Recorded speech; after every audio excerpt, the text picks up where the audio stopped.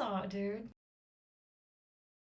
Hello everybody, welcome back to my YouTube channel. I hope that you all had a fantastic Easter weekend and well, I guess not everyone goes back to work on Monday. Sometimes Easter Monday is like a holiday too. So hopefully you guys are having a great start to your week. I think we're just gonna jump into today's video. Kristel Candelario, 32 years old, went on vacation to Detroit and Puerto Rico in June, which honestly sounds innocent enough, but Kristel had a 16-month-old baby girl named Jaylyn that she left home alone in her playpen for 10 days. Yeah, we're gonna do a little switch up here and talk about some true crime because I really wanted to learn more about this and I figured you guys would as well. When Kristel got back from the trip around 8 a.m., she found Jaylyn unresponsive in her playpen, which duh. Kristel called the authorities and changed the baby's clothing before they arrived, so like she had obviously,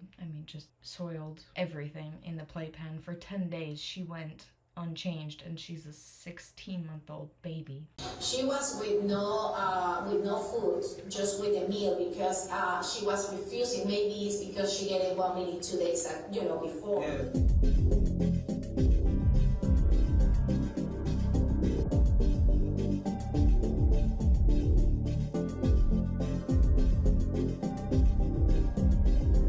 After first responders arrived, they pronounced Jaylyn dead at the scene. Prosecutors said that the baby was extremely dehydrated. According to medical examiners, the baby died from starvation and dehydration. Jaylyn weighed only 13 pounds, which is roughly 7 pounds less than what she weighed at her last doctor's appointment. That was like 2 months before this. Kristel was arrested on June 17th and was charged with murder and related criminal offenses. After the arrest, Kristel was fired from her position as building substitute at Cleveland Elementary School, Citizens Academy, Glenville. So this woman was working with like children, which from what I understand, there was no obviously Jaylyn was abused and neglected, but she didn't have any wounds or bruises or anything, so she wasn't harmed in that way. I hope you guys know what I mean. She wasn't hitting her child from what I understand, so she just neglected her for 10 days and then was shocked when she had passed away. County Common Pleas Court Judge Brendan said, "You committed the ultimate act of betrayal, leaving your baby terrified, alone, unprotected, to suffer what I've heard was the most gruesome death imaginable, with no food, no water, no protection." He also accused her of showing no remorse, and she was sentenced to life in prison. Now, I know that there is Ring doorbell footage of baby Jaylyn just crying and screaming, but I'm not gonna play that because that's really traumatic and I just don't really feel like it would add much to this. We all can about imagine what that sounds like, but I'm just letting you guys know that there is that footage available. It's up to you if you want to watch it, but I just did not feel right playing that in my video. Judge Sheehan said the only difference will be that prison will at least feed you and give you liquids that you denied her, which is oh, finger snaps. The ultimate act of betrayal. You should spend the rest of your life in a cell without freedom. The only difference will be that prison will at least feed you.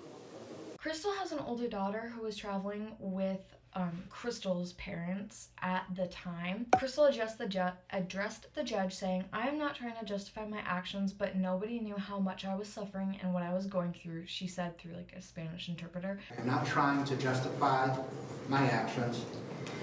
Pero nadie sabe cuánto yo estaba sufriendo. But nobody knew how much I was suffering. Dios y mi hija me han perdonado. God and my daughter have forgiven me." Which, okay, Miss Girl, you want to say, make it about you. No one knows what you were going through at the time, so you just thought it was okay to, leave your baby home alone for 10 days.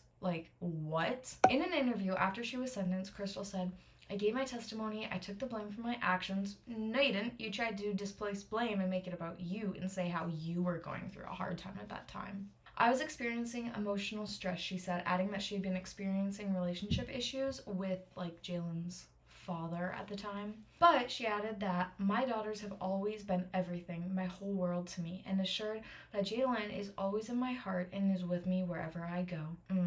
Right, except for when you take a 10-day trip. She's not with you then. Okay.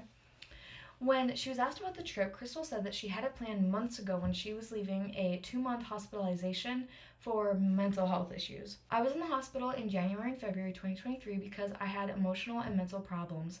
On one of these 2 occasions, I wanted to make an attempt on my own life. For that reason, I was in the hospital without being able to walk for exactly almost 2 weeks. And in the month of March, my now ex-boyfriend and I wanted to take a vacation.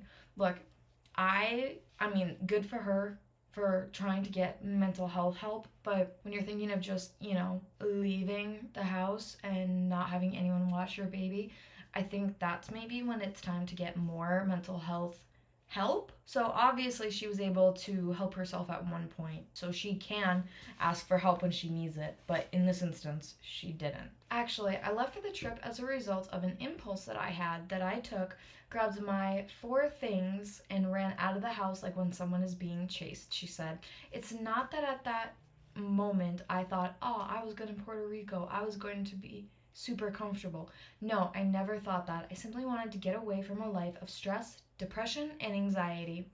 I didn't want to continue living because I had had a lot of problems in my life. Kristel had supposedly told Jalen's father that she was going to leave the infant with her mother, which is like, okay, so why didn't you ask him to take her? Because I'm sure either he would have taken her or he would have found somebody to take her. I can't imagine a person that'd be like, oh, you're just gonna leave her at home? Okay, yep, sounds great. I mean, I can't imagine a person that would do that because, I used to cover a lot of true crime stories. But, like, girl, come on. Kristel went on the trip with other people but said that they could see that she was distracted. The people who accompanied me on the trip could see that I was very distracted. I was very angry. They told me, Kristel, what's happening? You're not yourself. I never mentioned anything about my daughter. And supposedly, she said that one day while on the trip, Jalen's dad did ask about his daughter. When he mentioned the girl to me, it was like when somebody reminds you of someone who's not with you at the moment. She said that she simply responded that her daughter was fine. Kristel did think to call a family member and tell them about Jalen, but she ultimately didn't. So her family had no idea that little Jalen was home by herself. When she got back home and found Jalen, that's when my world fell apart. Not because maybe I was thinking about going to prison. That's the least important thing. Because because one is an adult and one can accept one's mistakes. I was in despair. I felt like she could be saved. Things didn't have to happen that way because my daughter was doing well. I always took care of her. Okay, right, except for when you just decided to, up and leave. I don't know, something about this just does not add up to me. I don't understand this at all. I just don't understand this whole case. This makes absolutely no sense to me. I could not imagine doing what she did. I'm not trying to discount mental health and stuff. I think mental health is so important. But what's just disgusting to me is that she tries to say how much she loved her daughter, that oh, I was struggling at that time. I was going through it. Nobody asks how I was doing. Miss Girl, you're making this all about you. Just stop. I can't with this. I can't even make sense because this case makes me so upset. But I'm very curious to see your guys' thoughts about this. Please be sure to leave them in the comments down below. Don't forget to give this video a thumbs up and also subscribe to my channel. I post every Monday, Wednesday, and Friday. Lately I've been doing a lot of influencer type drama and TikTok controversies and stuff of that nature, but I do also enjoy doing true crime, so I might kind of sprinkle a little bit more of that in my videos again. If you like true crime, scroll down through my videos because you will find a lot of them. So if this is something that interests you, I have more content for you. I have over I think 1,300 videos on my channel, and that doesn't include shorts, so go check them out if you would like.